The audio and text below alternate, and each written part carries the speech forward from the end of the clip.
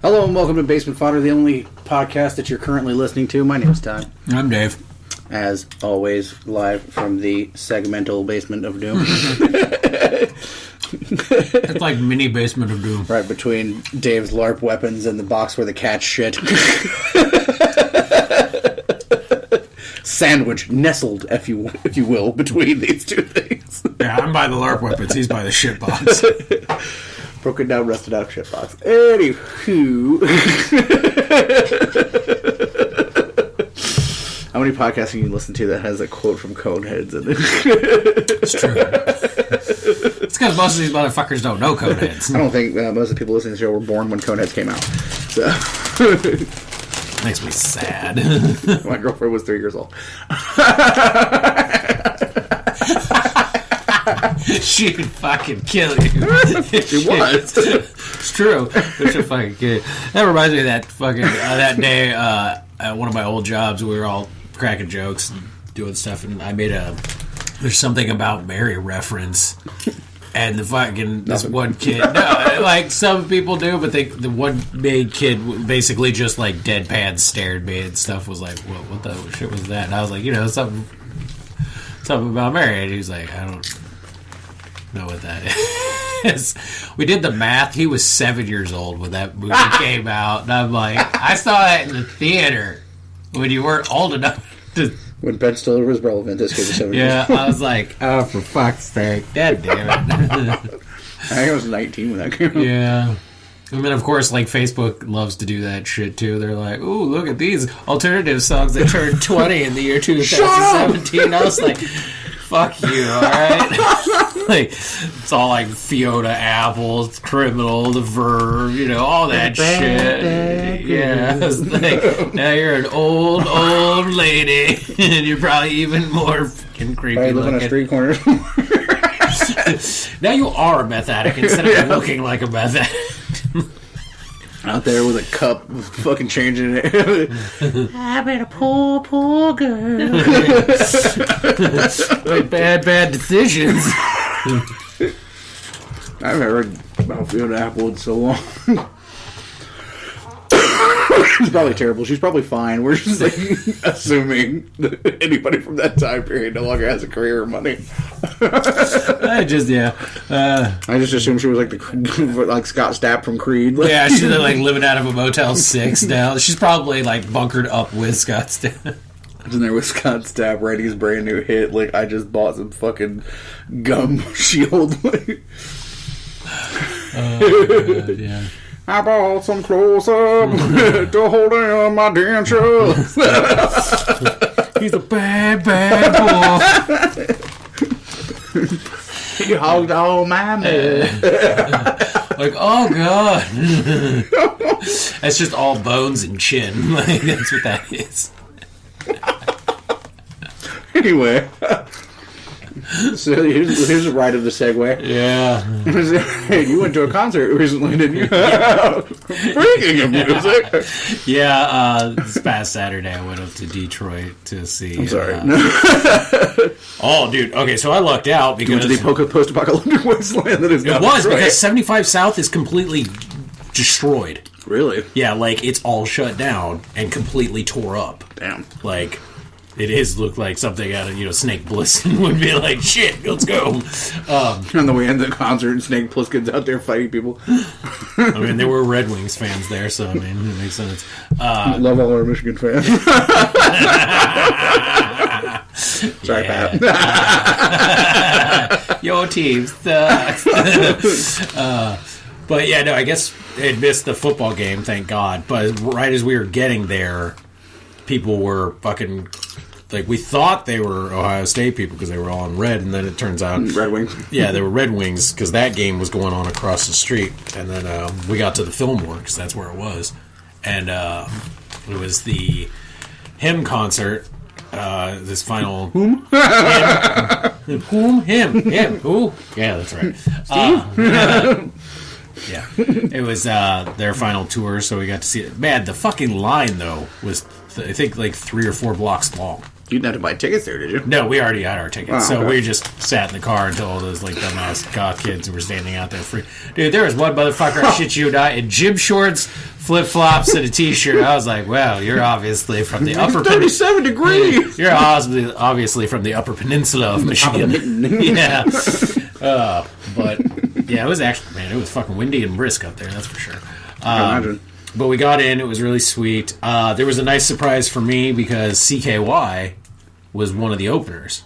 And Man. I've always fucking wanted to see them. Talk about throwback. Yeah. So that was awesome and exciting.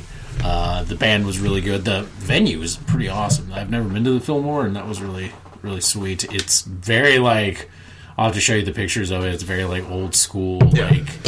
opera-esque. I mean, we got really awesome seats, and we didn't have to stand. I got to sit the whole time. It was nice. It's like, you know, when you're that age, where you're like, I don't want to be the guy staying to get music. I just want to like sit in a chair and listen to my This is on like the top of the list of why I don't go to concerts, because I have to fucking stand up the whole time. Some asshole in front of me after I paid $200 for seats. Yeah. It was stand up the whole fucking time. Oh no, we had that. We had some fucking like these two little like one was a drunk bimbo and then her friend was the pregnant chick.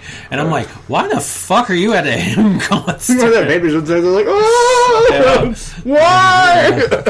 It's yours, Phil. No, it's not. Like, but man, they were pissing off the people in front of them. Though I think the one guy was just gonna pour beer on the drunk bimbo because she kept doing selfies, like holding beer and then flashing him from behind. I was like, the balcony's big enough. If you push her off, she'll probably die. Like, she can do it. Nothing will be more metal than if you kill the bimbo at the fucking hymn concert. Like, yes, Dude, that's so metal. yeah. The opening band was called Three Teeth. It was interesting. It was like. Yeah, I know. Everybody I work with. Yeah, pretty much. No, they were very interesting because it was like if Maynard's stage presence was mixed with KMFDM's like vocals. Oh, wow. Yeah, the guy was really interesting. It was an interesting kind of goth-esque metal band. He had a nice little like man. The crowd was just not like they liked the songs, but man, during the fucking songs they were just asleep the whole fucking time. Like, and he was like afterwards when he was leaving, he's like, all right, you can all sleep through our fucking set, but you can't, better not through CKY and him. Like, fuck you guys. And I was like, it's nice to see the lead singer fucking like dick slap the fucking crowd because it's like, you dicks. Well, apparently you hated us. So. Yeah, you fuckwads. But it was a good concert. I really enjoyed it. And then this weekend I get to go see Perfect Circle, so I'm excited for that. And Justice League. Yeah, but you're super jazzed. Yes. It'll be good times. I'm not a concert person, but I'm glad you got to go. Mm-hmm. It's I'm becoming more picky about my concert things these days because it's just like, one, I don't want to get shot, and two, man, we had to go through metal. Like, they almost stripped us down. Like, I felt like I was going, like, it was the opening to, like, Dangerous Minds. Like, they were all, like, stripped down motherfuckers get through the... go over in the corner. Yeah. He also was begging for change. Yeah. All night long. Actually, I'm pretty sure he was one of the security guards that patted me down. So, yeah.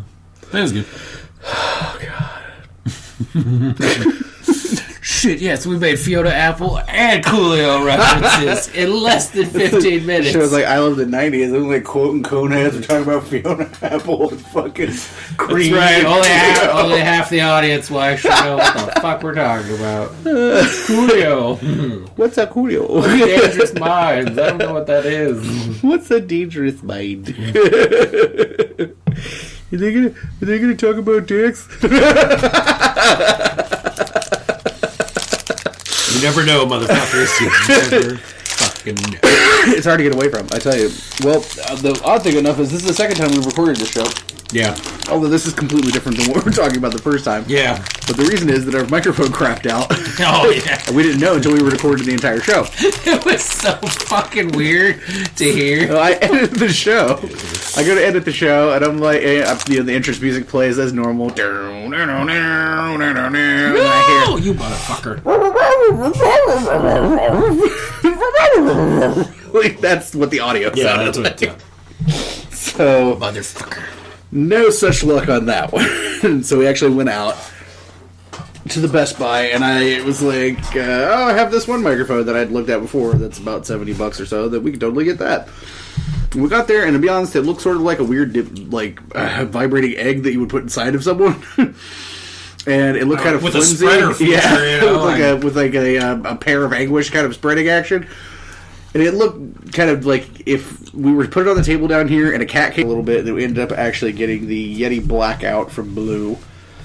And, man, what a difference. Like, we recorded a little test audio, and it sounds fucking amazing. Mm-hmm. I'm hoping that it translates well out to this, but...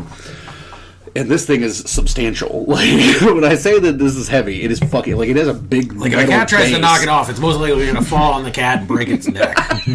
Well, here's hoping. One of them, at least. Only on the fat one. Actually, no, the fat one, it'll just bounce back off. It'll be like, you know what, those fucking old people commercials... Help, I fallen and I can't get up. No, I'm only down. Fat. Can't do nothing. We're not sure what happened. One of them either shit or like an airball on the floor. It looked like something that comes out of both ends had fused together. See, kids, you didn't have to wait too long for poop humor. Yeah, poo-poo. But now I'm really happy with the new microphone so far, and I'm glad to retire the old Snowball. That thing served us well, and I have to thank Michelle again because she gave that to us after it had served her as well. So that thing lasts. I'm sure it did serve Dave. Served her. Dave, how could you stoop to this level of ribald humor? Just wait till I see her. I'm going to rub the shit out of her butt. One day. She gave me a snowball. I'm going to give her a snowball. You realize a snowball is like spitting jizz into someone's mouth, right? That is. What's so the other one? You're going to blow a dude and then never mind. You slightly regret this now. No, I spit my own semen into hers. How did you get? Never mind. Right. Anyway. You gotta think this is something like Jay would say. We're gonna eat our shit and then Nick's eat our shit and their shit. This show got weirdly dirty. All you need to know is we're gonna rub Michelle's butt. That is, yeah, I would do that. I would definitely do that. And maybe even use my hand. Yeah. So, man, what about these horrible sexists in Hollywood, right?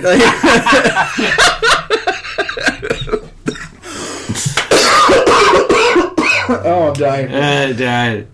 You have to realize that we had an entire segment about this on the show that wasn't to be. Yeah. And I'm not going to go back through all of it. I just will say that it does sort of dip into our world now. First of all, yeah, I'm not one to ever claim that I'm politically correct or anything like that one, but I can safely say, at least in, to my knowledge and the knowledge of anyone that I've ever known, that I've never actually harassed anyone. Yeah. Or made anyone feel appropriate. Now, there's a fine line, like, where does the flirting line end and the harassing line begin, or the inappropriate line begin? Because it's hard to tell sometimes these days, especially for old fucks like me. Dick pics. What if they're asked for, though? Well, I mean, if they're asked for, yes, but the unsolicited dick pic is usually the quantum line of where it begins. I post them in the Digital Nerdage chat thread sometimes. Pat does not like that. I did too, and then somebody who was running her mouth all of a sudden got so fucking quiet. That's right. Busting her out. It was Corey, no. We're talking about it was Pat. Pat was like, more dick. Oh, God. Oh, no more dick. No more dick. No more dick. We love you, El Jefe.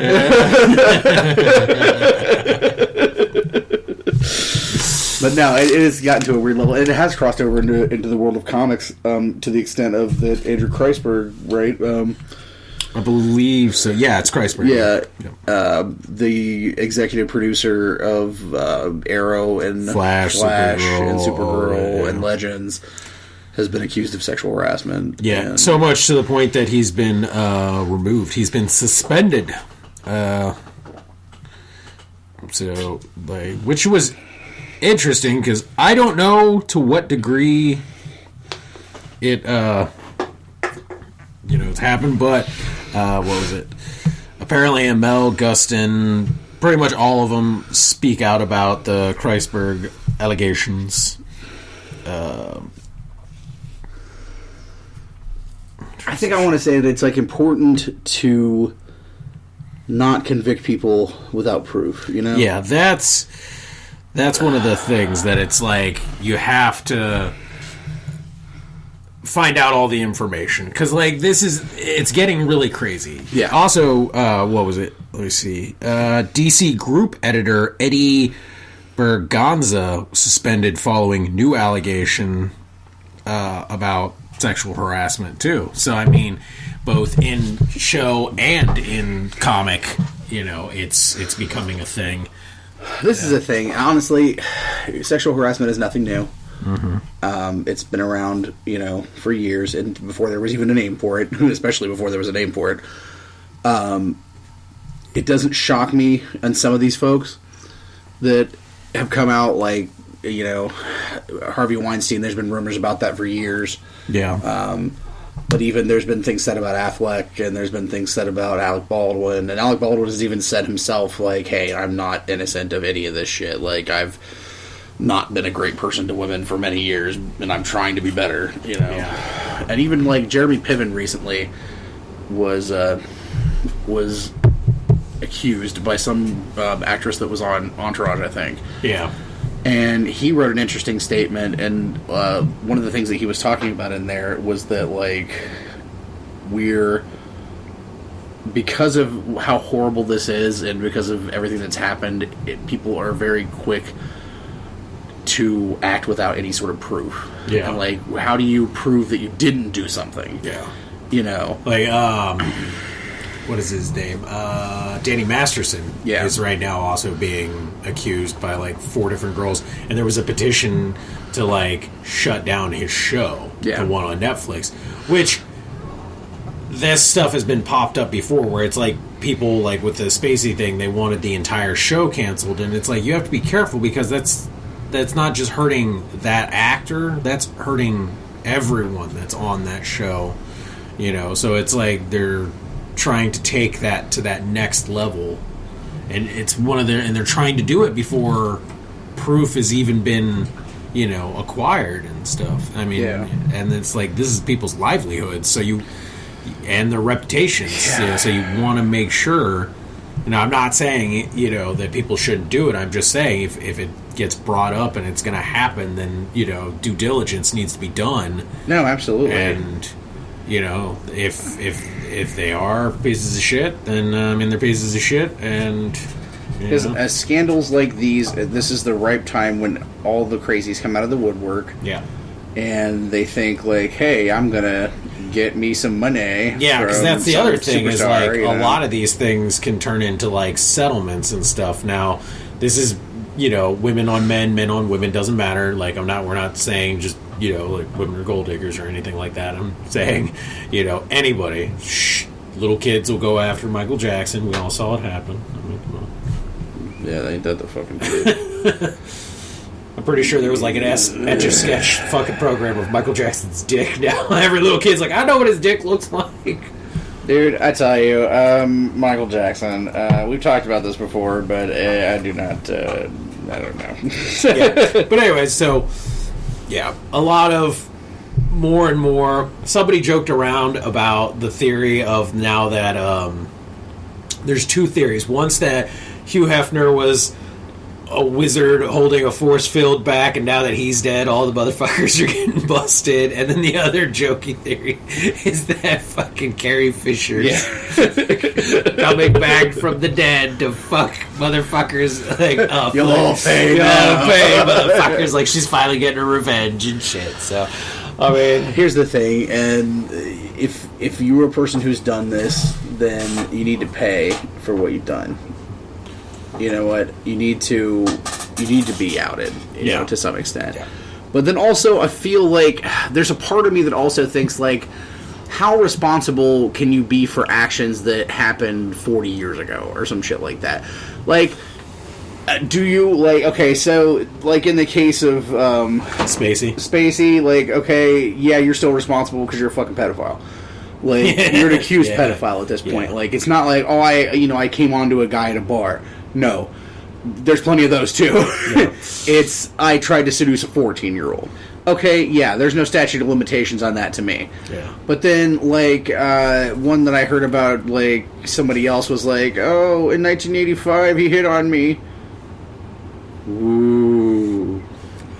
Yeah, like... what? I mean, like, if you want an apology, then why don't you ask for an apology? Like, instead of being like, I call TMZ and tell them that 35 years ago George Takei looked at my ass in a bathroom. Like, no, that's not a thing. Yeah. No one cares. Like, I don't know. Where does it end is the thing. And that's where, things are getting crazy now, because it's like a lot of names are coming out. Yeah. A lot of that stuff happening really quick. And people are kind of just jumping on it, being like, yeah, and even, like, Kreisberg's been suspended. Yeah. The one editor-in-chief guy was suspended, kind of like pending investigation type things. And that's the thing, is, like, no matter what, true or false, these people are going to suffer. Yes, because once this shit comes out, you can't put that genie back in the bottle. Yeah. And if it ends up not being true, it still damages their career. Yeah. Like, Kevin Spacey in the, like, obviously his are likely true. Yeah. And in the space of, like, less than a month, his career is basically over. Yeah. To the point where he's fired from his show. A movie that was coming out that was about to be released with him in it is not going to be released at all. Yeah. And then another movie that was about to come out that he's in, he's been completely taken out of and recast by another actor. Yeah. And they have to finish reshooting all the scenes that he was in before December 22nd for the release date. Wow. That's how serious they are about it. Yeah, that's crazy. Like, he was in the J. Paul Getty movie that was coming out, and he was the main character. And, goddamn, Ridley Scott was like, nope. And then called Christopher Plummer and was like, hey, do you want this part? We're cutting him out of the movie, and we want you to reshoot it. Yeah. So, these people that have been accused of this, like, please God, don't execute these people before there's some kind of proof. Yeah. Corroboration is also proof. That's the thing. Like, yeah, there's no, like, video of Kevin Spacey grabbing a 14-year-old's wiener. But corroboration... we know of, he might. Well, there could be, shit. But, like, you know what I'm saying? Like, corroboration is proof, too. If more, multiple people are saying a similar story, then it's likely true. Yeah. But, like, one person randomly, making an accusation or whatever. Like, Richard Dreyfuss, there was a lady who worked with him on a show years ago, who she said and he said both that they've been friends for years. Mm-hmm. She came out and was like, he harassed me over a period of years and, like, wiggled his wiener at me or something like that. And he was like, I thought we were flirting. Like, he was like, I'm old, I didn't, know that what was happening. I thought it was like a mutual sort of, like, cat and mouse, flirt game or whatever. He was like, I feel like if at any point you would have told me it was anything less, then I would have stopped, but he's like, I feel terrible that you feel that way. We've been friends for a long time. Yeah. Like, it's just kind of like, where does it end? Like, what constitutes, and I say this from a place knowing that, like, and Dave knows this, and it's not like the most, super unembarrassing thing to talk about, but I've been sexually harassed by a woman before, which is strange, a large man. And I think that often, like, men get laughed at when we say that we've been harassed. Or I was going to say, the Lanities eyed you down like a fucking steak. Like, I am a beautiful steak. No, she wants to lather you up, baby. When I was a manager at Walmart, there was an employee that was under my charge that was constantly hounding me and showing up places. And keep in mind, this is a very tiny girl, like, somebody who you wouldn't think would be imposing in any way. But I can say from experience that it is frightening to have someone interested in you at a level that you have no reciprocation for, and that you think creepy shit may go down. And that's the thing, I mean... I've been to that level. That level of escalation is... where you're, like, laying there and you feel like one day you're going to open your eyes and that person's going to be, like, looming over you. Misery going to be style. down there holding your schwanz, like, when you wake up. Yeah. Fucking in the background, somebody's playing, I always feel like somebody's watching me. I mean, at the time, I was in my early 20s, and this lady was at least 15 years older than me, and married with children. Wow, you got fucking creeped on by the older one. And, like, married with children, and, like, I'm a dirty talking guy, and I'll make, like, you know, sexy jokes or whatever, but the stuff that she would say to me would, like, make... you know, you blush. Like, well, now. Well. And it was aggressive. It was very aggressive, and it was unwanted. Yeah, you're like, whoa, okay. And so, trust me when I say I have been there, and I know what it's like. And I got a lot of fucking shit for it. Yeah. Like, I got laughed at, but then I also was lucky enough that it got done in front of a lot of other people. And they're like, this is making us uncomfortable. Yeah, and then, like, you know, it was easier to handle the situation because of that. But, I mean, when I first, you know, told people about it, I got laughed at. Because when you're a guy, it's supposed to be, you know, it's the double standard. Yeah. Like, guys don't get harassed, or guys can't get raped or beaten or anything like that because they're guys. Fuck you. That's not how that works. Like, whatever. But, yeah, it's a fucked up situation. And I hope that these things about Kreisberg aren't true. Like, I don't know. No one has come out and said anything publicly about it. Yeah. And there's a lot of female stars on those shows. And even the ones that have come out to talk about things haven't really condemned or anything. Or confirmed. It's because, again, they're like, we don't know, so, I mean... So, yeah, I don't know. But... It's in severe danger of turning into a witch hunt. And turning into, you know, McCarthyism and shit. And it has to have... McCarthyism! Yeah, speaking of a show full of references that our audience doesn't understand. Oh, yes! Oh, God. Google it. Yeah, no, it is. It's a slippery slope, and it's... I feel terrible for these women. With tears. I honestly do. Yep. But I also am afraid for our culture in a respect, too. Yeah. But that is what it is. Let's talk about something that's not really fucking serious. Let's talk about Thor. Yeah, because nothing's serious in that fucking movie. Nothing's fucking serious in that movie. All right, so Thor's been out for a while now. It's second week at number 1 at the box office. Mm-hmm. Dave and I did get to see it opening week, but again, we didn't. We already reviewed this, but the show was dead. So, I've never seen 3 movies in the same series be so completely tonally different. Yeah, like they're 3 different genres. Yeah. The first movie is very much like almost a Shakespearean sword and sorcery kind of fantasy movie. The second movie is very dark, almost to the level of being like sci-fi horror almost because of some of the dark parts of it. Very ominous type stuff, very dark tone, very serious. Yeah. And then this is like a National Lampoon movie. Yeah, like slapstick sci-fi comedy. National Lampoon's Thor and Hulk Vacation. Woo! Holiday Row. Yeah, it was... Fuck, man. I've never seen 2... They literally took 2 of the most powerful characters in that universe and turned them into one fucking giant joke. Now, I will say this, though. It's a good movie. No, it's a fun movie. It's a lot of fun. It's a fun movie. You will enjoy it. You will shovel fucking mounds of popcorn into your face. Movie, yeah. You know, you will have big, epic fights and funnies and all that stuff. But the problem is it's good. I expected great, and I got good. You know, yeah. I kind of got let down. Like, you took my favorite character and your favorite and character mine, and one of your favorite characters, and we were so excited for this. Like, we were at one point more excited for this than Justice League because, like, it's your favorite and my favorite buddy, like, movie or whatever. Like, this is it. But what it amounts to is, like, it's Guardians of the Galaxy, but take out, you know, them and put in Thor and Hulk, but not even Thor and Hulk. Put in, Dude Chris Hemsworth. Thor. Yeah. Put in Dude Bro Thor and put in... I don't even know how to describe that whole... Ruffalo. Like, I don't know. It's like Hemsworth and Ruffalo's Amazing Fantasy Voyage. Like, but not even Ruffalo. That's the other problem, too, is, like, I expected more Ruffalo, and what Ruffalo I got was very awkward. Awkward as shit. Like... It doesn't fit the tone of anything in the Avengers universe at all. Yeah.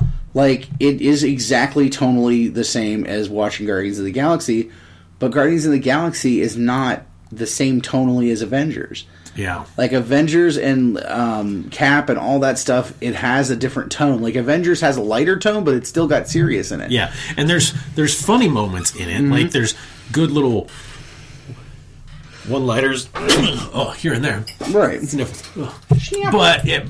But I mean, this was like literally just laid on thick with the comedy. It was like an 80s buddy comedy. Like Yeah, like it literally was the 80s adventure comedy. Yeah. Like, you know. And like Chris Hemsworth, like, okay, Thor as an evolution of a character has just petered the fuck out. Because he went from like the first movie being this very much like, man out of time, man out of place sort of thing on Earth, where he's like definitely Viking Thor for sure. Yeah. Like barely smash glasses, broads, like very that much kind of shit. Played that up. His second movie, still kind of that, but a little bit more modern. He'd been on Midgard a little bit yeah. more, kind of understood the world more. Avengers, same thing. Like, he understood a little bit more, but he still had that Thor presence. Yeah. And then with this, it's like, it's just Chris Hemsworth. Like, it's not...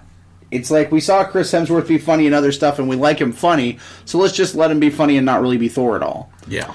There's only about 2 or 3 moments in the whole thing that I would say he actually comes off as Thor. Yeah. And that's not good for a Thor movie. Like, there's... And even in the one scene, like, obviously spoilers bound, but, like, if you haven't seen it by now, I'm surprised anyway, if you're a comic fan. Yeah. But there's the scene when he first comes back to Asgard, and, he finds Loki parading as Odin there, where Loki's watching this play about his death, which is hilarious, and I'm not gonna lie, it is fucking hilarious. The funny stuff is funny. Great cameos in there. Yeah. Sam Neill as Odin, and Matt Damon as Loki, and the older Hemsworth brother. Is it older or yeah, younger? no, it's the younger one is Luke, right?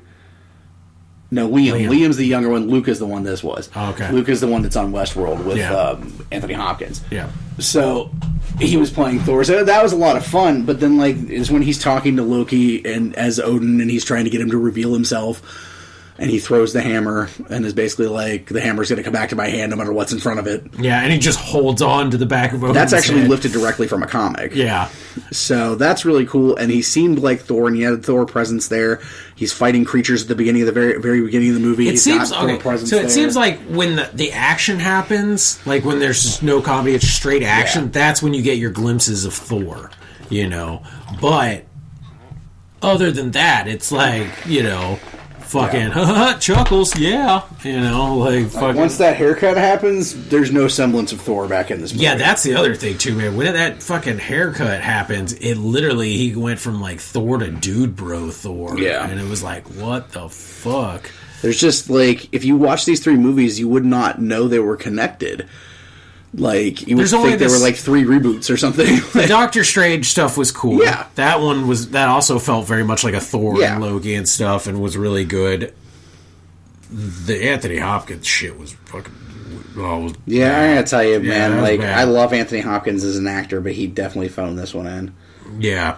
You could tell it was the the Force Awakens Han Solo performance. It was the, like... I came back so you could kill me. Yeah, like, that's what this is, And the sad thing in it is seeing him out of the Odin armor, it just completely deteriorates. Just destroys that illusion altogether. Yeah, you're like, oh my god. Like, literally look like an aged ass fucking Hannibal Lecter. His best piece of acting in it is when it's Loki pretending to be him. Yeah. Like, that's Anthony Hopkins' best piece. Yeah. When he's just being Odin, not great. It's not. It's very much one of those, like, I don't know. The Asgard stuff to me was disappointing because it was like they basically just got through it as quick as they could. Mm-hmm. I loved Carl Urban.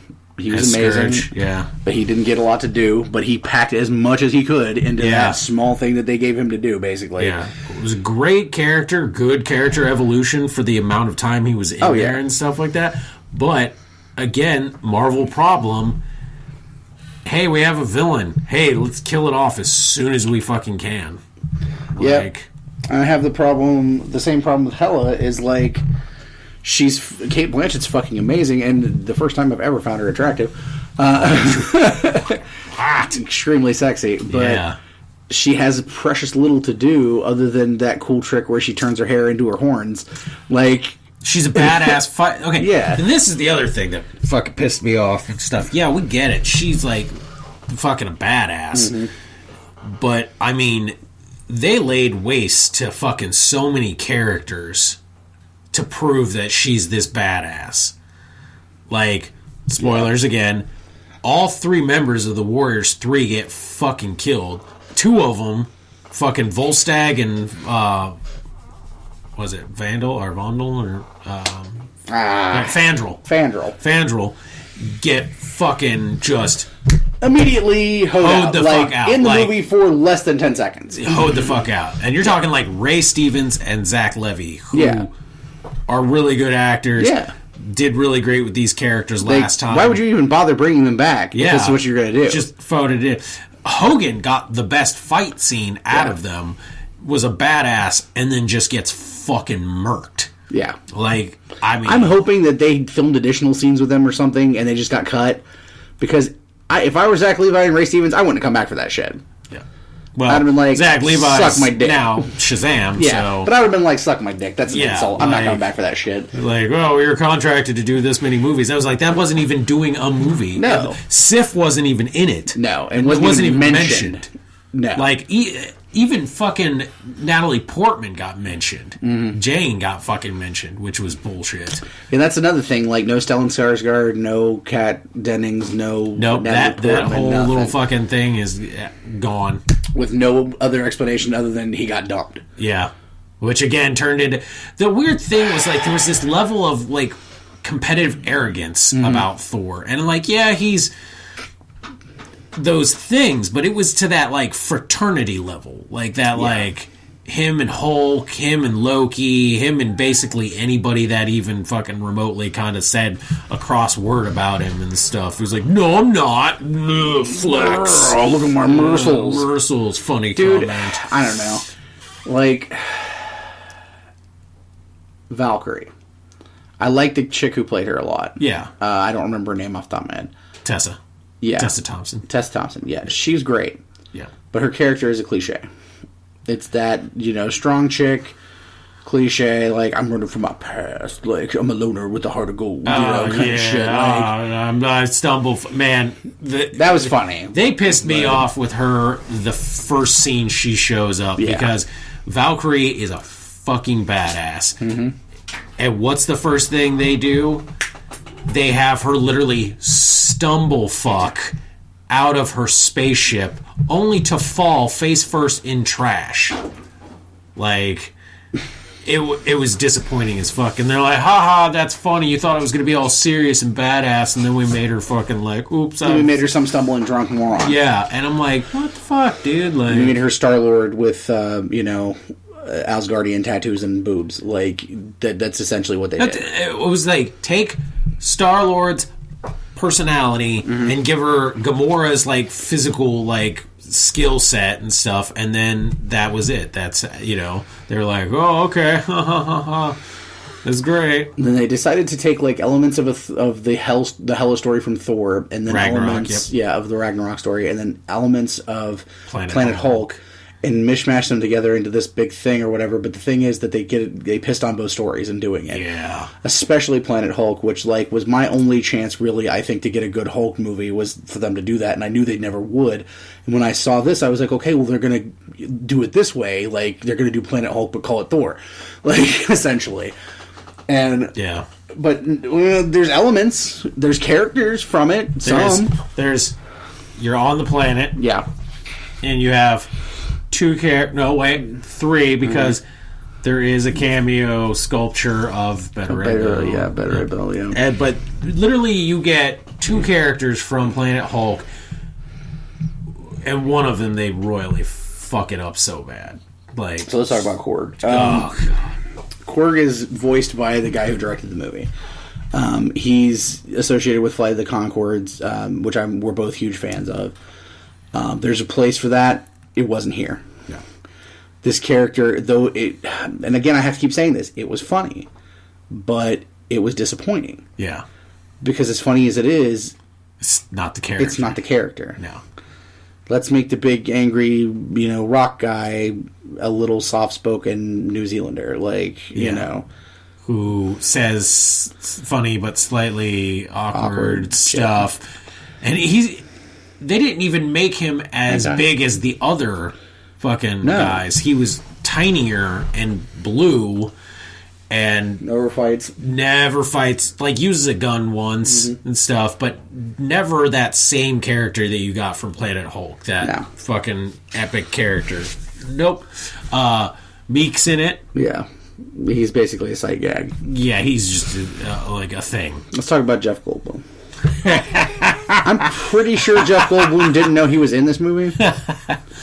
I love Jeff Goldblum. And if you're super into Jeff Goldbluming, he Jeff Goldblumed all over this fucking screen. He fucking Channinged all over their tables. Yeah, I mean, that motherfucker is like... They literally are like, okay, we're just going to put a camera in front of him and just film whatever he fucking does. And that's kind of what happened. Like, there isn't much of a character there. It's basically just Goldblum. Especially considering the character he's playing. Yeah. Totally not even a semblance of the same character. Dude. So... And I don't know what the fuck they decided to do with Ruffalo. This is one of the things, like, it was cool to see Hulk talk and Hulk have, like, a personality character, all that. That was great. But when it came to the Ruffalo stuff, this was like, unnervingly uncomfortable. Because there was something completely off about it.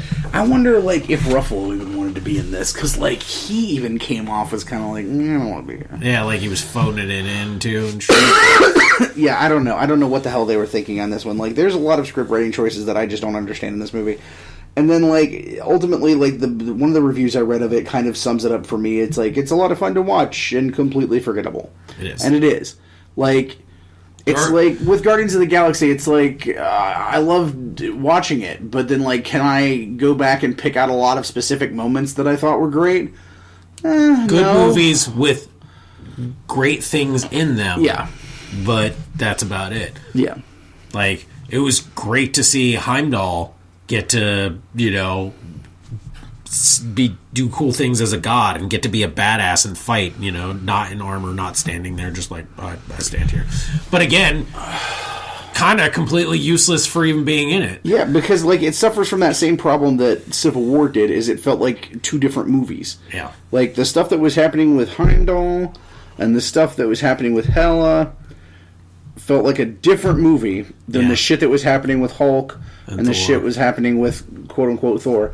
Like it did. It felt like two different things because the stuff with Heimdall was like more serious and like there was some gravitas going on in Asgardian, and it's like, oh fuck yeah, that's interesting. Let's watch a movie about that. Yeah, like, but nope. Instead of fucking National Lampoon's Hulk and Thor get blitzed, like I don't fucking know. That was the thing. It was like, okay, so Heimdall, Hell, Scourge, all of that stuff. Even the Warriors 3, that was a Thor movie to me. Yeah, but then once Thor and like Hulk were on, like once they got to Sakaar, it was a Guardians of the Galaxy movie. Yeah. It did not feel like a Thor movie at all. It felt straight up like Gunn had just came in and was like, all right, cool. Yeah, they're like, well, we made a lot of money on them Guardians of the Galaxy movies, and that last Thor movie everybody thought was really, overly serious and maybe a little too dark, so why don't we just jizz some big, like, Kirby paint all over this? Yeah, pretty much. Because there was a lot of elements, like, I'll give it this, there was a lot of elements of, like, classic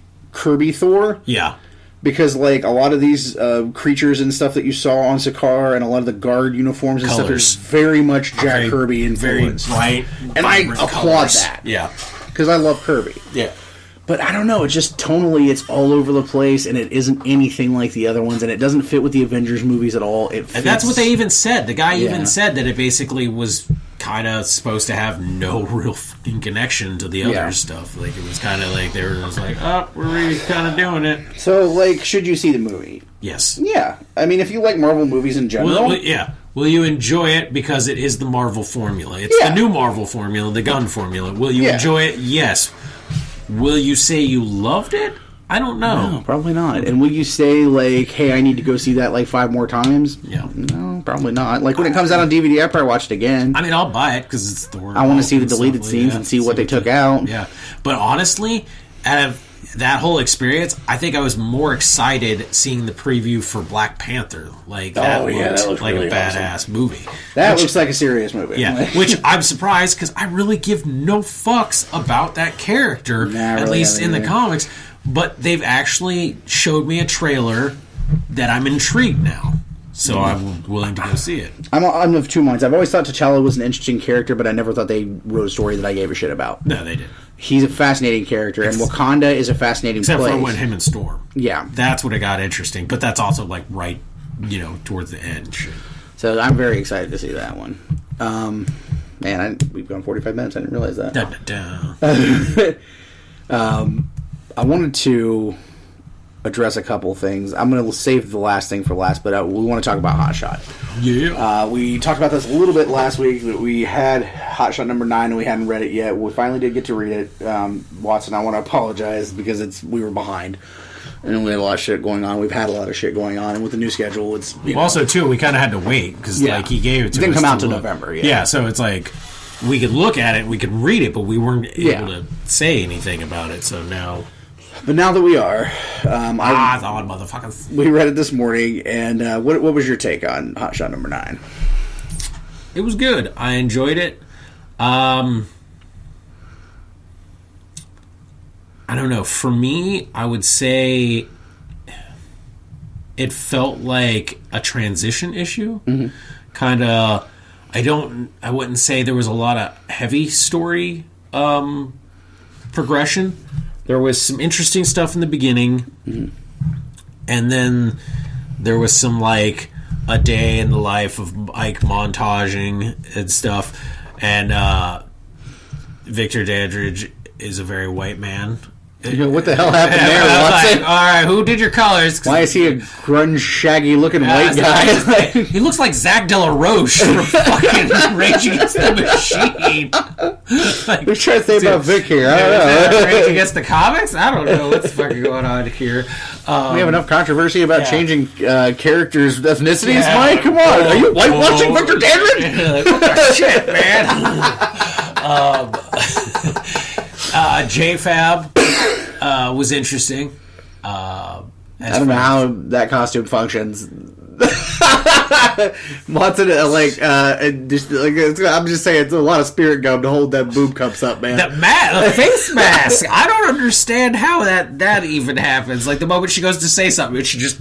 I assume it's like the questions, kind of, like, where it's, sealed on, like, all over, but it just looks like a tear. Oh, okay. Well, I remember the Justice League cartoon when the Question took off his mask, it was like all the way back here. It was like second skin almost, and he just sort of like did the thing and it came off. Yeah. I imagine hers is similar to that. I mean, it's possible.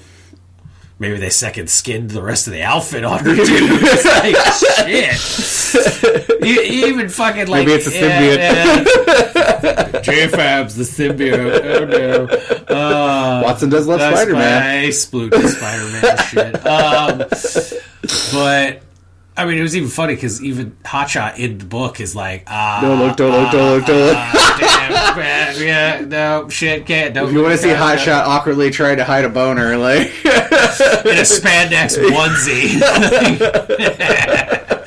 probably interesting. I mean, and that was cool, but it was quick. It wasn't long. It wasn't like some epic thing. It was just kind of come in, do the thing. It was a good, quick little like debut character introduction. Yeah. Let's not focus a lot on it. I wondered who the villain she was fighting was because I don't think he got a name or anything. Yeah, no, he did. It was it was like Freight Train. Oh, I didn't see that. Yeah. My bad. Well, sorry. Too busy staring at the artwork. No. But then there was more Mike doing Mike stuff, and then you get to where it finally starts to pick back up more on some story stuff. Like, there's a little bit as far as, like, getting talked about. Yeah. But then, like, once it starts getting towards, like, vigilance stuff is more where, there's... the story kind of progresses. Yeah, that actually was the part of the book I enjoyed the most. Yeah. Because the moral implications of vigilance killing Void and Mike's reaction as Hotshot was something that I really enjoyed when it happened, and then I wanted since then to go back to it and to see like how she processed it. Yeah, because it's interesting because like she's like equivalent of fucking like she's the bigger hero, like out of the two of them, and when that happened, man, he fucking like chastised the shit out of her, like went off and stuff. And it's like, and spoilers, of course, like, and she appreciated that he did that. Like when you get to their conversation in this one, it means something. It's got pathos, and this is a thing that Watson does well when he blocks out panels. Is that he has a great concept of like cinematic feel. And the scene blocks well. It frames her face well when she's thinking, and like her emotions easily come across. And I think that that's something a lot of times that books lack. Is like a lot of times the images are too static, and it's hard to do a static image with emotion that reads. And Watson can do that, and that's impressive to me. It is, because it's like it usually ends up like the rest of the story's going that way, and then there's that static pose in the comic that really abruptly kind of kills that mood, like the tone, and then you have to kind of like they spend the next bunch of panels trying to get back into that feeling, and it's like right, which is I understand that it's hard. It is hard to convey in a 2D sort of world, you know, what you're doing. Because, like, how do you convey emotions in, like, two panels? If anything, Mike has conveyed in 2D artwork how much he loves Chipotle. Oh, fucking Christ's sake, Watson. Like, I have never seen more Chipotle charging fuck, man. These people should be paid. Like, publicity. Because I have never seen a motherfucker, like, I don't even think Deadpool eats that many chimichangas compared to fucking Hotshot's obsession with fucking Chipotle and shit. Like, motherfucker's all about it. Like, the beginning of the book, I love. There's this fascinating new character that comes out of here. And everybody is like, and you're going to read it and be like, who is this motherfucker? I want to know more about this shit. Fuck, it's already over. Move on to something else. Like, because that's the thing. When you have, like, you know, a book that only has so many issues and you've only got to progress so much, like, it always leaves you wanting more. And that's what I can say about every issue of Hotshot that I've ever read, or anything that Watson's done, or Victor, or any of these guys, is that I want more. Like, I read an issue of Hotshot and I'm like pissed that there's not another one. Like, what the fucking fuck? Yeah. And this is partially just me too, because I swear, like, a lot of times I wait until shows are completely over before I watch them, so I can just watch them all in a row. Oh yeah, I'm the same way. Like, I at least need to have at least 3 seasons before I'll even think about it. Or like I like those one season wonders sometimes, because I'm like, well, at least I know it was only 12 episodes to watch. Like I just finished the American Crime Story OJ trial season, and it's only 10 episodes. And it's fucking brilliant. And like it's completely contained story, which I enjoy, and like amazing performances. Like, it's like that's shit they make for me. You know, like, yes. But like this IT character, like, it's something I need to know more about. And it's all building. It's all building to crossovers. Like, to see that there's going to be crossovers into Victor's world, and, you know, with Dirk's Kickstarter happening, seeing that, like, there's going to be a crossover between Victor's world and Dirk's world, and Watson's going to be drawing it. Like, these are things that excite me. These are things that, as an indie fan, I want to see, and I'm excited and, like, jazzed and fucking pumped up to see. Reading this book, it's like, this is a character that I've watched and known and loved from issue 1 all the way through. We know him already. We know what he's going through. We know his struggle. We know that he's just, you know, broken up with his girlfriend. Mike does a good job of touching on every little point like that, you know, giving us a little update on that, showing us things from her perspective, showing us things from Mike's perspective. But it's an interesting combination of a story, because it's like, you've got that beginning that's interesting. It's a catch-up. Yeah. Like, they do a little catch-up, they do a little transitioning, and then they do a little bit of story progression. Yeah. You know, it's got, like, all the bits of it. It's just, you know, like, boom, boom, boom, boom. Hit it. And it gets you excited for things to come. It is. You know that there's big things coming. It is, but it's one of those things where it was like, for me, Yeah. I wish there was a little bit more, because it was like one of those. I would have read 9 if I had 10. Yeah. Like, had all the way up to 8, read 9 into 10. Yeah. Not having 10 and reading 9, I'm like, you motherfucker. I'm just annoyed that I don't have 10. Yeah, because it's like, you got me. Like, you know, there. It's not a standalone issue. No, it doesn't have to be a standalone story like some, you know, issues of comics have had. This is progressing a story. You know, it's transitioning things. So Which there's nothing wrong with that, because like when you're telling an overarching story, you're going to have issues that are going to be all support. Yeah. And that's kind of what this is. It's a lot of support for what's going to happen. Yeah. It's a ramp, as it were.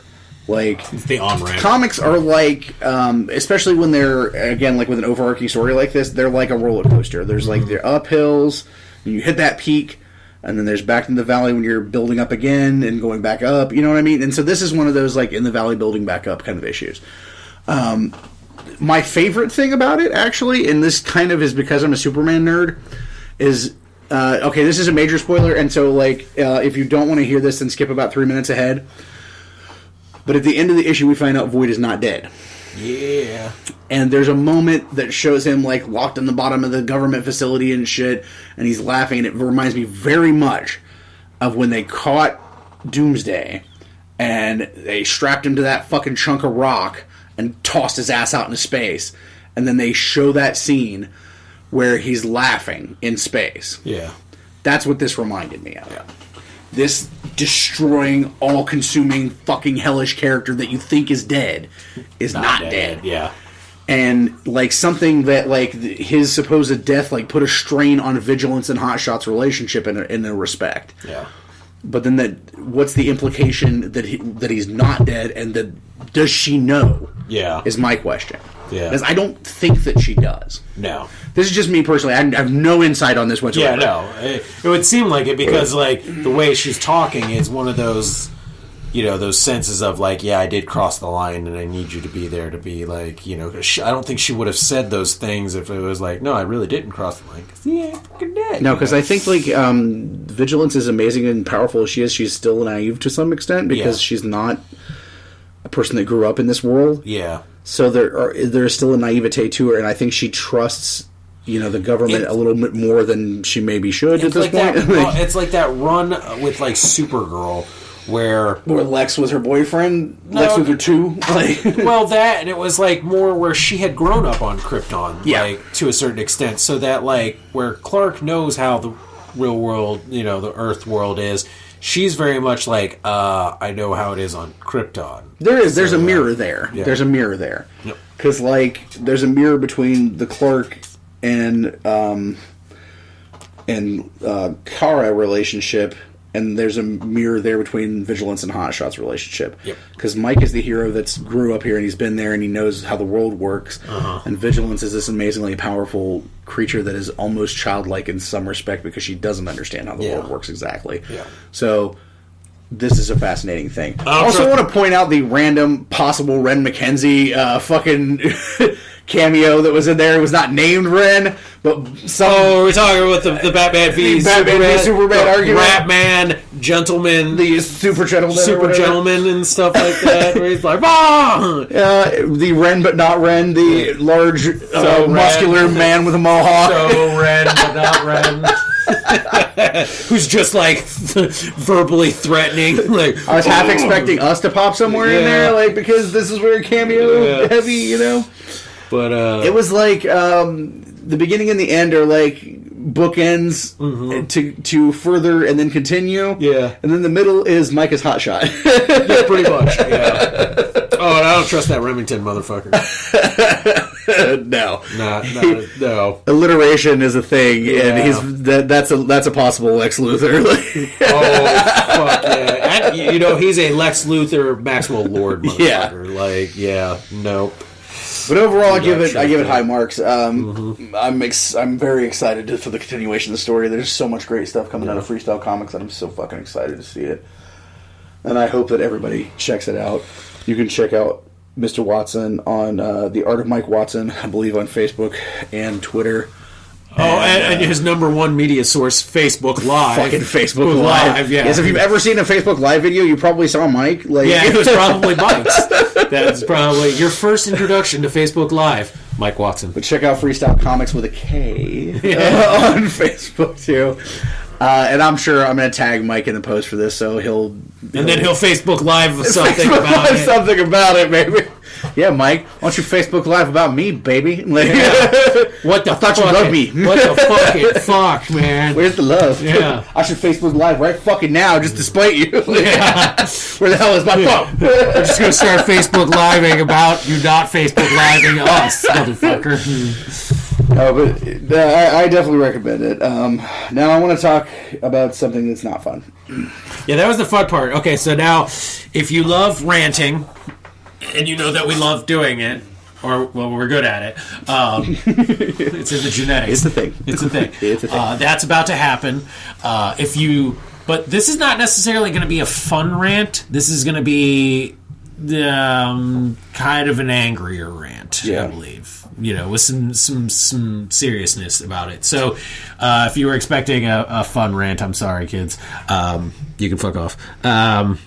But so, if you guys are that was fun. I don't really want to hear something serious. This is probably going to be the end of the show for you guys, and I hope you enjoyed it. And all right. All right. So, for the rest of you that are still listening, here's where we're going to get into something a little bit serious that has to concern about our scene or our lovely area of comics. So here's the thing. Comics. I'm going to say I'm not going to mention names because he's going to say that. Okay, I'm going to say that because if you know what's going on, then you know, and if you don't, you're not going to. But the points still are valid no matter what, if the names are involved or not. Yep. The names were changed to protect certain blah blah blah. So you guys know characters. that we're a part of this Ohio and Michigan and the surrounding area indie community very tightly. These guys are our friends.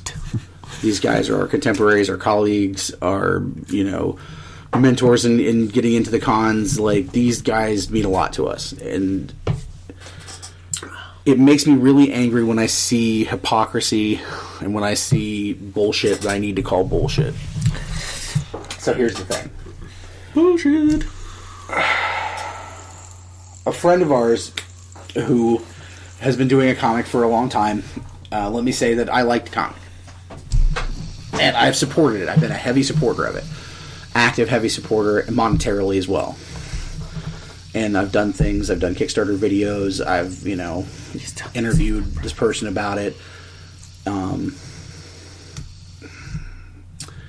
He has a thing where he does a lot of risque covers for the book when they do the Kickstarter campaigns. And the book itself has nothing to do with anything risque whatsoever. Let me make this very clear.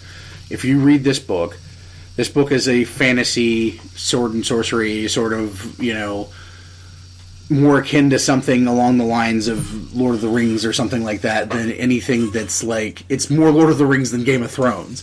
But if you were to look at the covers, you would say Game of Thrones because it's there's a lot of boobering going on. You'd say Xenoscope. You would say, yeah, you kind of would. No heavy disrespecting Xenoscope, but you guys make tit books. So there is an argument to be, given that the cats are trying to kill each other upstairs. But anyway, fuck them up. There's an argument to be given that this is going to sell books, which it does. But my question is, at what cost?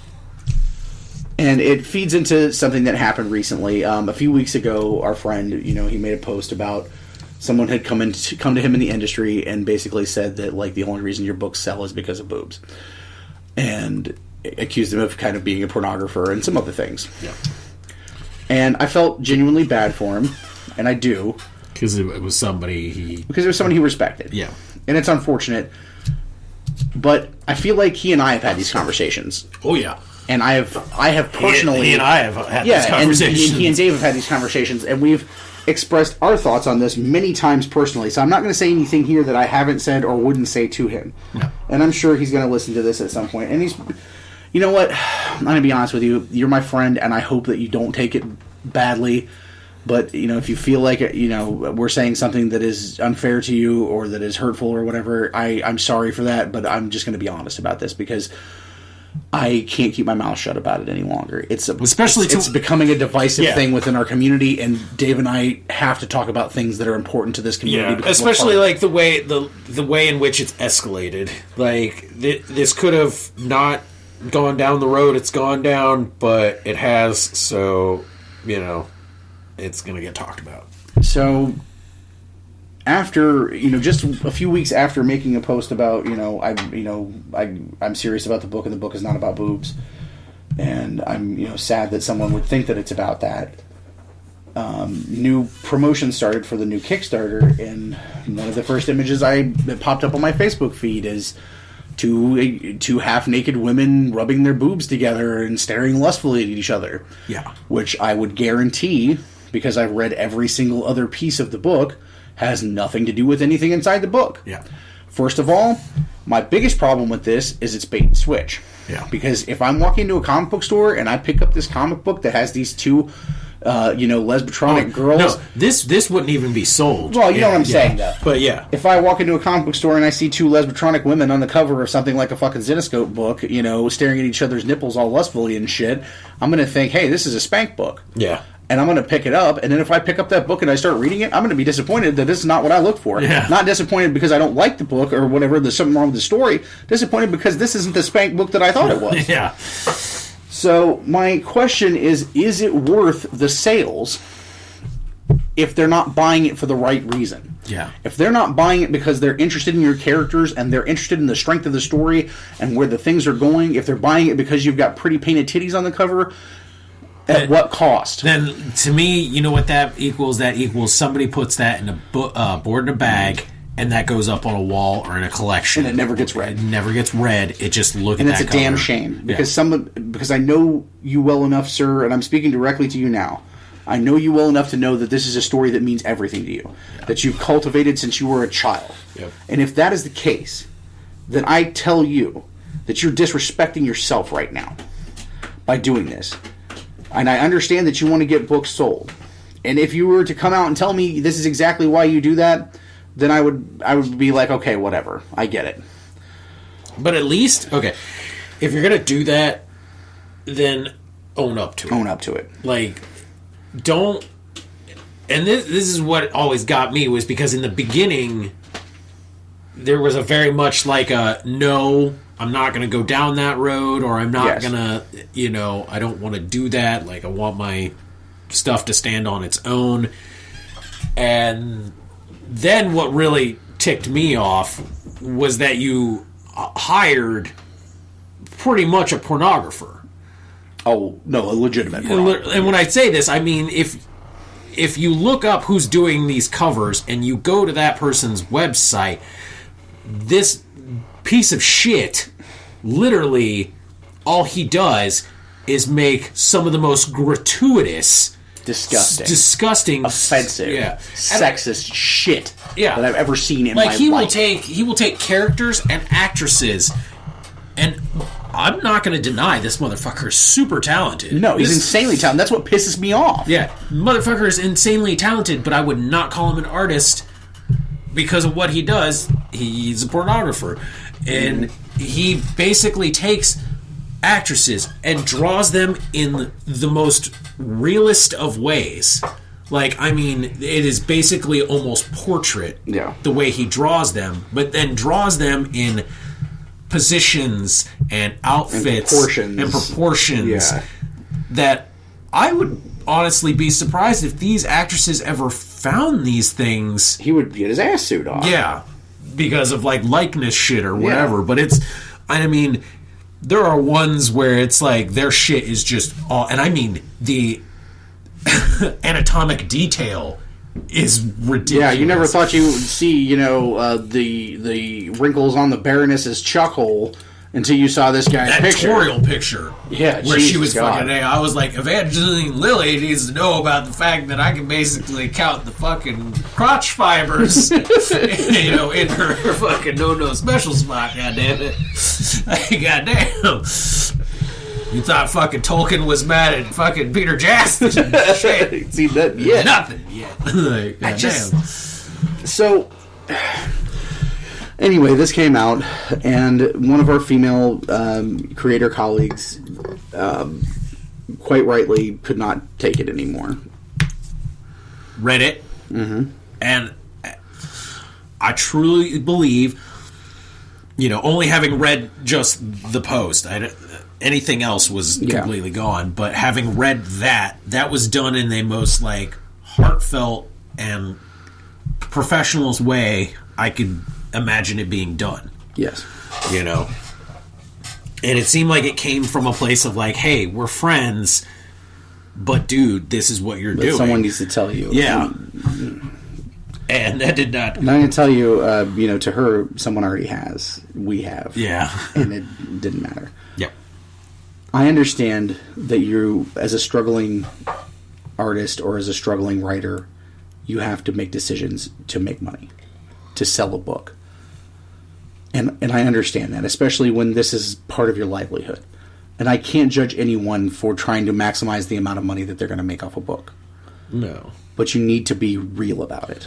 Yeah. And you need to own up to the fact that this is what you're doing.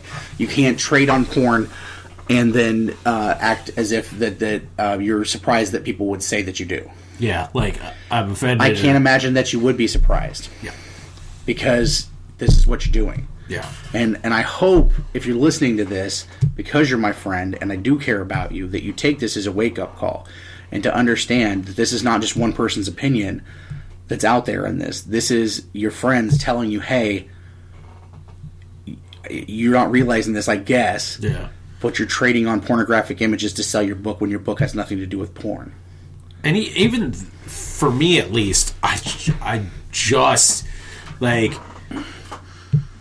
if you're going to do it, it's your book. Own it, man. Own it. Just, like, at least don't try and deny it. Don't try and act offended when people call you out on it. Yeah, you can't do don't that. try and, like, fight tooth and nail that, you know, oh, this is what the fan base wants and stuff like that.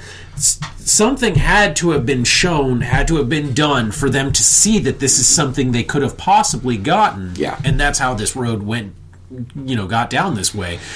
So at least if you're going to do it, you know, you got to take the good with the bad. You know, you got to understand that this is going to happen and just be like, hey, it's what I got to do to sell my books. Don't get, you know, super pissy when people are like, hey, this is what your book is, and then you being like, you know, no, Yeah. don't pick on me type thing. The thing is, like, take this as it really is. Take this as advice from someone who's in the same business as you, who faces the same struggles, who's out there starting to sell books too, and that does not go that route. You don't have to go that route. I feel like that would be something akin to, like, you know, Dave and I, you know, taking on like a kid's sponsor or something. You know what I mean? Like, that would be We're like finally selling the boudoir. well, no, because that is what we are. Like, we are fucking raunchy and weird and disturbing. That's completely within. true. That would be That's like true. us, you know, putting out plush dolls of ourselves or whatever, and saying, "Hey, kids, come and listen to the Basement Fodder podcast. We're all about McDonald's and fun and happy friendliness." Oh God, no! No, like, Remember when that old lady grabbed one of our cards? yes, stuck like, it in her okay, that's grandkids? a fucking prime example of that. If we're at a show, because there is a thing, we do the game at the shows, and it does attract a lot of children. Yep. And my thought process on that is I have to pay for tables. Yeah. And I will never lie about that's why it gets Yeah. done. Plus, it's just fun and it's something to do, and it pays for lunch. Yeah. But, like, every kid that walks up there, their parents is going to get a card. Yeah. Or their adult friend's going to get a card. Yeah. And hell, half the time at this point, adults are what play the game. Yeah. But, We've had more like, we will adults. tell everyone that walks up there with a child, if you take one of those cards, hey, this show's not for kids. Yeah, this is not for kids. Just so you know. Yeah. Like, I've never, ever advertised us Yeah. as anything other than we are. Nope. Own what you are, man. Like, I honestly feel like this, and it sucks because there's so many indie books out there that don't get recognition, that don't get anything. But I know how much money it costs to do these covers. Yeah. And if you would take that money and invest it into the interior of the book, it's probably going to be a lot more successful in the long run. That's just my thought. Now, criticism is difficult. Yeah. We know this. We've been criticized before. Oh, yeah. Sometimes I take the high road. Sometimes I tell people to go fuck themselves in Macy's window. Which I still think is the high road. Yeah. Because the low road is where we go, like, how many people want to kick some ass, and I just start kicking motherfuckers in the dick. We've talked about this before, where, like, there's a local person who runs a local show that I have a lot of respect for, that I have no respect for the person anymore because of the shit that they said about us. Yeah. And the criticism that we got was unwarranted. But we're a show that talks about porn conventions and, you know, weird things and farts and dicks and shit like that. I can take it. Yeah. But it's all about how you react to something. And I don't know exactly everything that happened, I'll say, because when you work third shift, Yeah. you miss a lot of shit. Yeah, the world goes on without And so, you. like, I legit woke up with, like, 85 messages on my phone when about this situation. So it's not as if this is not something in the community that people are talking about. Because if they weren't talking about it, people wouldn't be sending me messages going, are you guys going to talk about this? Are you going to talk about this? Like, do you see what the hell's going on? Obviously, people in our community are up in arms about this, and it's causing some level of divisiveness because there are people that are taking sides, which really none need to be taken. Like, I don't know. I don't know exactly what got deleted because I have heard story that some responses and other parts of posts got deleted. Yeah. I don't know. I can't substantiate that because you can't see deleted posts, obviously.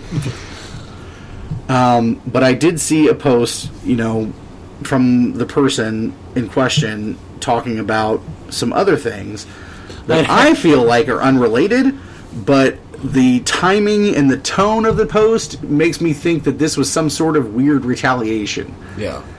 And in the climate we're currently in, you can't use things that happened in your past of a objectionable nature when it comes to abuse of a sexual variety as a distraction to take people's eyes off of a controversy in your book.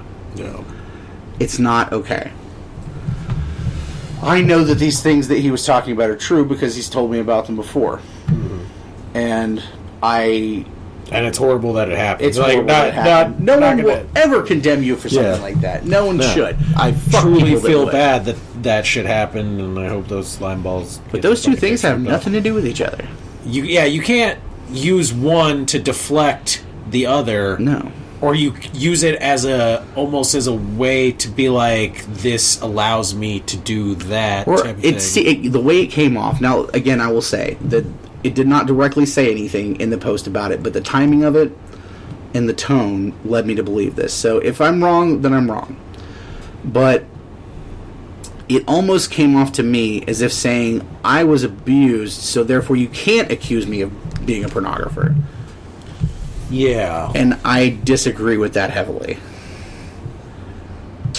And the post that started all this, our friend's response to the pornographic cover had no mention whatsoever of anything about abuse in it. Yeah. It was just a, hey, man. Yeah. Kind of thing. You know, like, you've been saying, you know, this isn't who you are and what you do, but this is what you do. And there's some respect to me that hates to be vague about this shit. But then also it's like I said, if you know what's going on, then you know what we're talking about. If you don't, then it's just a bunch of vagary. And I'm sorry for the people that live in, like, fucking Outer Mongolia. Yeah, what the shit is like, going on? What the dick talking about? Like, hey, I warned you guys. You should have stopped listening a while ago. Are they going to talk about boobs again? No. But no, seriously, in all seriousness, show accountability for what you do. If you're a guy that writes books that are about scary monsters, then be the guy who writes books about scary monsters. If you're the two guys who, do a podcast about comics and boobs and shit, be those guys. I'm so that guy. I'm so that guy. So that guy. And if you're a person that writes a book that's a fantasy book that has substance and that you put meaning into and that you love with all your heart and believe in and shit, and put titties on the cover, then be that guy. Don't be the guy who puts boobs on the cover to sell. But if you are going to be the guy that puts boobs, fucking own that. I know that my book is not exactly the curb appeal kind of book, so let's put some boobs on the cover. Yeah, because kinky fantasy does sell. I mean, that is a true thing. But then don't expect those people that buy that book to be reading it. Yeah, because or don't expect us not to be like, hey, dude. You sell a titty book. Yeah, well, I'm not trying to burst your bubble or anything because you're my friend, and I do honestly, you're my friend, and I consider you, like a brother. But, I'm not going to lie to you and tell you that these people that are buying this book because of these covers are reading it, because I would almost damn near bet my life that a large percentage of them are not reading it. Now, we're just saying the ones who buy those covers. Yes. Now, the ones that buy the other covers. Yeah, the ones that are your diehards, I know for a fact you've got real fans. Yeah. Because I've sat next to you at a convention, and I've seen people come up and say, hey, man, when's a new book coming out? Yeah. Fuck, I love this thing that happened in this, in the second issue. Not man, that titty on that cover was great. Those are your fans. But those motherfuckers that come up there to that table, and they pick up that fucking Dark Lord of Pornos fucking pinup that you had out there, and they're like, oh man, look at them sweet painted nipples and shit. Those people aren't reading your book, and they don't care about your book. They care about weird cartoon porn, and that's just fucking disturbing. Those are those guys that have those full size fucking waifu pillows or whatever the ones where it's the anime girl. Waifu pillow. Yeah, fucking those. That guy's gonna go home and rub his dick on that print, is what I'm saying.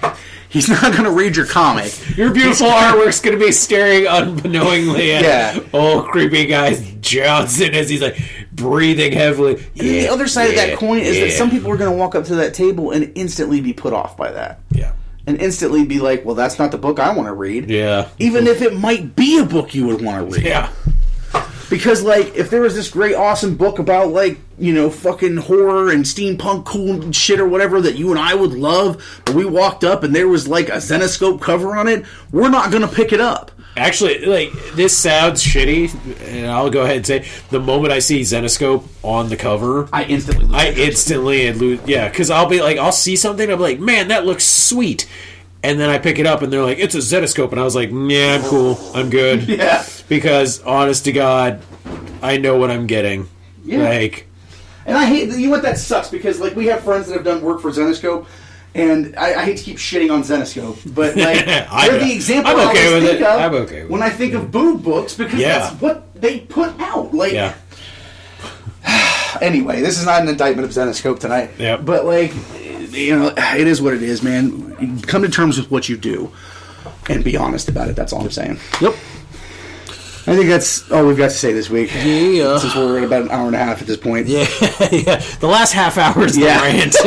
We should put that on there. Let's go ahead and wrap it up. It's chilling time. Yep. If you like what you hear this week on the Basement Fodder Podcast, you can always find us on our website, thebasementofdoom.wordpress.com, or our network home of digitalnerdage.com. You can find us on Twitter and Instagram at Basement Fodder. You can also find us on Facebook under a myriad of things, which I've repeated in every episode since the beginning of time. So let's just say, if you want to talk to me, it's Todd Dave. If you want to talk to Dave, it's Dave Basement of Doom. And you can also find us on Spreaker and iTunes as well. And that's going to wrap it up for this week.